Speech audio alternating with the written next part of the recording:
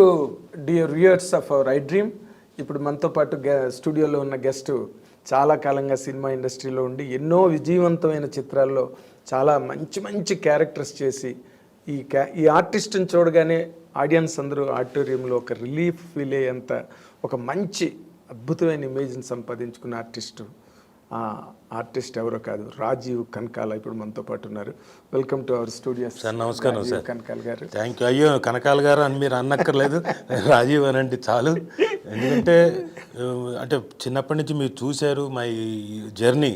Yes, అంటే బోల్డ్ సార్లు డిటాచ్డ్గా అటాచ్డ్గా కూడా ఉన్నారు మీరు చాలా ఫంక్షన్స్లో. అంటే మీకు తప్పదు, అలాంటి సిచ్యువేషన్స్లో మీరు అటాచ్డ్గా ఉండలేరు, డిటాచ్డ్గానే ఉండాలి అక్కడ. బట్ అలాంటి దీంట్లో కూడా చూస్తున్నారు కాబట్టి you please call me Rajiv. It is happy అన్న, నాకు అది హ్యాపీగా ఉంటుంది. నాన్నగారు కూడా నాకు మంచి ఫ్రెండ్ అవ్వడం చాలా కాలం. వేటూరు సుందరమూర్తి గారు, నేను, నాన్నగారు కూర్చుని ఎన్నో గంటలు మీ ఇంట్లోనే అదే రాత్రి భోజనం చేసి మరి. సో ఆ అటాచ్మెంట్ అయితే మీ ఫ్యామిలీతో నాకు చాలా ఎక్కువ, మదర్తో కానీ అందరితో. So nice to have you in this studio right now. ఏంటి ఆ గెటప్ ఏంటి, ఆ గెడ్డం ఏంటి, అసలు ఇదేంటి మాల? కాదు, ఇది సినిమా కోసం అని పెంచుకున్న గెటప్ అండి. అందుకని నేను ఇప్పుడు టోపీ పెట్టింది కూడా ఏంటంటే కలర్, అంటే లోపల ఏముంది అని తెలియకుండా ఉండడానికి, అంటే గుండా జుట్ట అన్నది తెలియకుండా ఉండడానికి అలా పెట్టాను. నన్ను క్షమించాలి దయచేసి. చాలా ఈ గడ్డాలు, ఈ జుత్తులు ఇవన్నీ మెయింటైన్ చేయడం అన్నది పెద్ద టాస్క్ కదా మీకు? చాలా కష్టం sir. Unless if you are quite accustom to విగ్గులు కానివ్వండి, ఈ ముస్టాచ్ కానివ్వండి, బియర్డ్స్ కానీ పెట్టించుకునే అలవాటు ఉందంటే ప్రాబ్లం లేదు. లేని వాళ్ళకి ఏమవుతుందంటే అది నాకు అలవాట్లేదు, నాకు ఇష్టం ఉండదు. ఆ గమ్ము అవన్నీ చిట్చిట్లాడుతుంటాయి. ఎస్పెషల్లీ సమ్మరు ఈ టైం వచ్చిందనుకోండి, స్పిరిట్ గమ్ కదా సార్. అవును, అది పెడితే మంటగా ఉంటుంది, ఎలర్జెటిక్గా ఉంటుంది, నోరు తెరవలేము, జా ఓపెన్ చేయలేము, ఇలాంటి ప్రాబ్లమ్స్ ఉంటాయి. నాకేమో అది అవాయిడ్ చేసి నేను న్యాచురల్గా ఉండడానికే ట్రై చేస్తాను. సో ఐ డోంట్, నేను జుట్టు కావాలంటే పెంచుతా, జుట్టు తెలుపు చేయాలంటే తెలుపు చేస్తా, నలుపు చేయాలంటే నలుపు చేస్తా. అంటే ఇప్పుడు పూర్వం నార్మల్గా ఏ రకం విగ్గు కావాలంటే ఆ విగ్గు వాళ్ళు తయారు చేసుకునేవారు, తయారు చేసేవారు. అవును, ఇప్పుడు మీరే ఒరిజినల్గా దాన్ని అంటే ప్రజెంట్ చేస్తున్నారు. ఎస్, అంటే అకస్టమ్ అయితే వాళ్ళు ఓకేనండి. ఇప్పుడు నేను ఒకవేళ నాకు తప్పదు అనుకున్నాను అనుకోండి, రేపు పొద్దున్నే అలాంటి విగ్గు తయారు చేయించుకోవాలి, తప్పదు. అలాంటి విగ్గు తయారు చేయించుకోవాలి, ఇప్పుడు ప్రస్తుతం ఉన్న విగ్గు తయారు చేయించుకోవాలి. ఎస్, కాబట్టి రెండు రకాలుగా ఉంటుంది. అంటే ఇఫ్ టైం అలాంటిది పీకల మీదకి వచ్చిందంటే చాలా కష్టం కదా. అసలు మీరు జనరల్ లుక్ మిస్ అవుతారు. ఖచ్చితంగా సార్. అంటే జనరల్ లుక్ ఎలా ఉంటుందంటే సార్, ఇప్పుడు వెళ్ళాము అనుకోండి సార్, ఫంక్షన్స్లోకి వెళ్ళాము, ఏంటి మీ ఆయన ఎలా ఉన్నాడు, గడ్డం గీసుకోలేదు, అలా డల్లుగా ఉన్నాడు అంటే చాలామందికి వాళ్ళకి తెలియదు కదా. ఏంటో అసలు మూడ్ అవుట్ అయిపోయి ఉన్నాడు మీ ఆయన, ఎందుకు ఇలా ఉన్నాడు అలా అంటారు. ఇప్పుడు డార్క్ స్కిన్ వచ్చేసింది నాకు, ఎందుకంటే 3 రోజులు నేను సన్ ట్యాన్, టోటల్ సన్లో ఉన్నాం.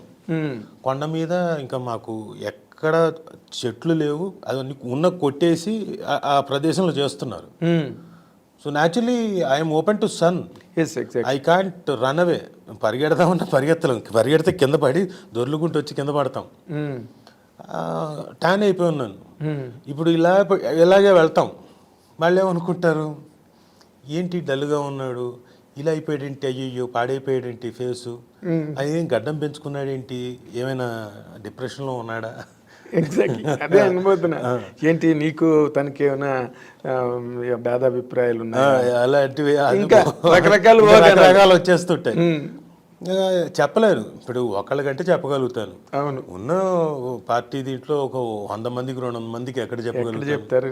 బట్ స్టిల్ అందరూ అడగరు. బట్ సుమకి ఇది కొంచెం హ్యాండిల్ చేయడం కష్టమే కదా? లేదు, తనకి ఈజీయే, అలా పట్టించుకోదు, వెంటనే ఏదో చెప్పేస్తుంది. నాకే కొంచెం ఇబ్బంది. ఇప్పుడు లేనిపోని ఇది కదా, నాకు భయం, ఇదేంటి ఇలాంటి న్యూస్ వచ్చేస్తుంది, ఇదేంటిది, నేను పెట్రిఫై అయిపోతా. అదేలే, ఇది దిస్ ఇస్ నాట్ రైట్ అని చెప్పేసి నాకు కంగారు ఇన్ ద సెన్స్ కోపం. ఇలాంటి న్యూస్ వచ్చిందేంటి, ఎవరికి తెలుసు అని, అసలు ఏం తెలుసు అని, ఇలాంటి రకరకాలు మీ ఇద్దరి మధ్య వచ్చేసాయని. అసలు అంటే బేసిక్గా ఇప్పుడు నాలాంటి వాళ్ళకి ఎవరైతే మీ ఫ్యామిలీ గురించి బాగా తెలుసో మాకే స్ట్రేంజ్గా ఉంటుంది.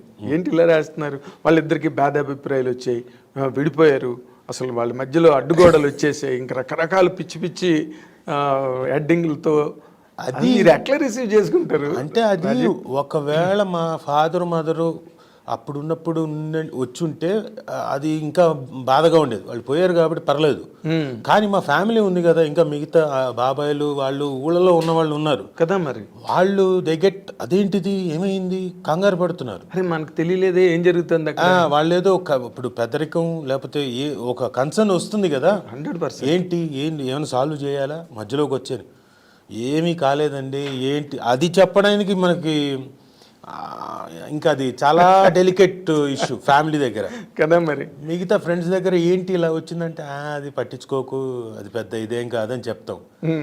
ఇది ఫ్యామిలీ దగ్గర అనేసరికి అయ్యో అలాంటిది ఏం లేదు బాబాయ్, అలాంటిది ఏం లేదు పిన్ని, ఇవి చెప్పడానికే టైం పట్టేది. రికార్డు తయారు చేసుకుని పెట్టుకోవడమే అంతే. మళ్ళీ రికార్డు వినిపించడమే. ఓ టెంప్లెట్ రెడీ చేసి మా ఇద్దరి మధ్యన ఏ ప్రాబ్లం లేదు, మేము హ్యాపీగా ఉన్నాం, మీరు వర్రీ కాకండి. అందుకే మధ్య మధ్యలో రీల్స్ వస్తున్నాయి చూడండి. మొన్న ఈ మధ్యన సుమ యుఎస్ వెళ్ళి వచ్చింది, తనకు రీల్ చేయాలనిపించింది. అంతకుముందు తర్వాత చేయాల్సినవన్నీ ముందు చేసేసింది. తర్వాత సరదాగా ఎందుకో ఇలా చేయాలనిపించింది, చేద్దామా రాజా అని. సరే చేద్దామన్నాం. అది వైరల్ అయింది. అది దానివల్ల తెలుస్తుంది అందరికీ ఓకే కలిసి ఉన్నారు. అంటే చాలాసార్లు ఇలా చేయాల్సి వచ్చింది. అంటే మధ్యలో రీల్స్ కానివ్వండి, మధ్యలో ప్రోగ్రాములు నేను అటెండ్ అవ్వడం కానివ్వండి, దానికోసం ప్రత్యేకంగా ప్రోగ్రాములకి ప్రత్యేకంగా అంటే మేము కలిసే ఉన్నాము అని తెలియడం కోసం. అందులో ఏమో మధ్యలో ఎక్కడో ఏడ్చింది చూసారా, ఆల్రెడీ ఉన్న దాంట్లోంచి ఏడ్చింది. నాకు నేను ఆగని సుమ కన్నీళ్ళు, కుటుంబంలో కలహాలు, ఇలాంటివన్నీ చాలా. ఇక్కడ కాదు సార్, ఇక్కడతో కాదు, వీళ్ళకి ఇప్పుడు ఈ న్యూస్లు వచ్చిన తర్వాత, ఈ న్యూస్లు ఇది రాకముందు చెప్తున్నా, ఈ రాకముందు ఇప్పుడు ఎక్కడో మేము ఒక ఎల్ఎన్టీలో ఉన్నాం. మా ఫాదర్ వాళ్ళు పైన ఉన్నారు అపార్ట్మెంట్లో. అంటే మరి ట్రిపుల్ బెడ్రూమ్ ఫ్లాట్స్ అంటే సరిపోదు కదండి, పిల్లలు పెద్ద పైన ఉన్నారు. మా అత్తగారు ఎదురుగా ఉన్న అపార్ట్మెంట్లో ఉన్నారు, మేము ఇక్కడ ఉన్నాం కింద. అక్కడ వాళ్ళు ఉంటారు కదా, మిగతా ఇరుగు పొరుగు ఇంకొకళ్ళు వాళ్ళు ఏదో ఇంకో రకంగా న్యూస్ మాట్లాడుకుంటారు కదా, ఇదే పిచ్చాపాటి ఉంటుంది కదా, కిట్టి పార్టీలు ఇంకోటి ఇలాంటి వాళ్ళు, కిట్టి పార్టీలు. నిజం, నేను చెప్తుంది వాస్తవం. అక్కడి నుంచి యుఎస్కి వెళ్ళింది న్యూస్. మా ఫ్రెండ్స్ అక్కడి నుంచి ఫోన్ చేశారు, ఏంటి మీకేమైనా ఫ్యామిలీలో ప్రాబ్లమ్స్ ఉన్నాయని. దేనికి అసలు, అదేంటి మీ ఫాదర్ వాళ్ళంతా పైన ఉన్నారంట, మీరు అయ్యే నాయన ఏం లేదురా నాయన, ట్రిపుల్ బెడ్రూమ్ ఉంది, అబ్బాయి పెద్దవాడు అయ్యాడు, ఇప్పుడు మా సుమాను నా కూతురు ఒక రూమ్ షేర్ చేసుకోగలుగుతారు, నేను ఒక రూమ్లో ఉన్నాను, ఇందులోనే అందరూ ఉండలేరు కదా, మా ఫాదర్ పైన ఉన్నారు, మదర్ పైన ఉన్నారు, మా ఆంటీ ఎదురుగా ఉన్నారు, ఆల్రెడీ ఆవిడ సంవత్సరం ముందు నుంచి ఉంది, so she can't come out, she established, తన సామ్రాజ్యం నీట్గా తంది అని ఒకటి ఉంటుంది కదా. అవును, కాబట్టి ఏం కాలేదు. అక్కడ చాలామంది డిస్కస్ చేసుకుంటున్నారు, వాళ్ళు చెప్పారు చాలా, రాజీవ్ ఇక్కడ చాలా దారుణంగా డిస్కస్ చేసుకుంటున్నారు, మీరు మీ మధ్యన ఏవో ప్రాబ్లమ్స్ వచ్చాయని, ఐ ఫెల్ట్ వెరీ బ్యాడ్ అంటే, అవునా అట్లాంటిది ఏం లేదులే అని తోసిపుచ్చేసాను. అంటే ఆ 4-5 ఏళ్ల నుంచి నలుగుతుంది ఇది. అవును, ఆ నలుగుతున్నది పరాకాష్ట ఎప్పుడు అంటే మొన్న 1.5-2 years బ్యాక్ వచ్చేసింది. అవును, ఓహో, ఇంకా చాలా సీరియస్గా వచ్చాయి లాస్ట్ కపుల్ ఆఫ్ ఇయర్స్లో. అంతే, ఏకంగా విడాకుల వరకు. అదే పరాకాష్ఠకి అదే అంటే 1.5 year బ్యాక్, 1.5 year 2 years తర్వాత చెప్పాల్సి వచ్చింది కాదని. మీకు ఇదో ఛాలెంజ్ కదా. ఇదొక ఇప్పుడు సుమ తన కెరీర్లో చాలా బిజీగా ఉంది, చాలా గ్రాడ్యువల్గా తను అలాగా చాలా స్టెడ్ ఫాస్ట్గా పెరిగి ఈరోజు మంచి పీక్లో ఉంది. నువ్వేమో నీ సినిమాలు, నీ గొడవ, నీ షూటింగుల్లో నువ్వు బిజీగా ఉన్నావు.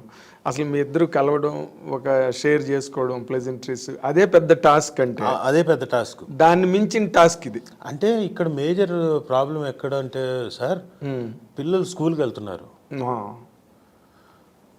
పక్కన వాళ్ళు అడుగుతారు, what about your father and mother, they got divorce. ఇది కొంచెం ఇబ్బందికరమే కదా ఆ వయసు పిల్లలకి. ఏంటో కూడా తెలియదు. అబ్బా ఇది ఒక పెద్ద ప్రాబ్లం. అంటే కనీసం అరే ఆలోచించలేదా వీళ్ళు రాసేవాళ్ళు, పిల్లలు ఉంటాను, మేమన్నా ఏం చెప్తాం కదా పాపం. వాళ్ళు ఏదో రాశారు, పిచ్చిగా రాశారులే అమ్మాయి ఇలా అంటున్నారు పక్కన ఫ్రెండ్స్, జస్ట్ ఇగ్నోర్ ఇట్. ఆ తర్వాత ఇప్పుడు కొంచెం మెచ్యూర్ అయ్యారు కాబట్టి కొంచెం దేర్ నౌ 12th క్లాస్లోకి మా అమ్మాయి వచ్చింది, ప్లస్ మా అబ్బాయి బీకామ్ అయిపోయింది నవ్విస్తూ, ఇప్పుడు లైట్ తీసుకున్నారు అన్నీ. వాళ్ళకి అలవాటు అయిపోయింది. అయిపోయింది అంటే ఒకటి అయిపోయింది, ఇంకొకటి అయిపోయిన తర్వాత వాళ్ళకి ఇంకేముంటుంది. అవును. అట్లాంటిది ఏం లేదు. They know what we are, what kind of family is. Okay, మిగతా బయట వచ్చేవన్నీ పట్టించుకోవట్లేదు. అవును. అంటే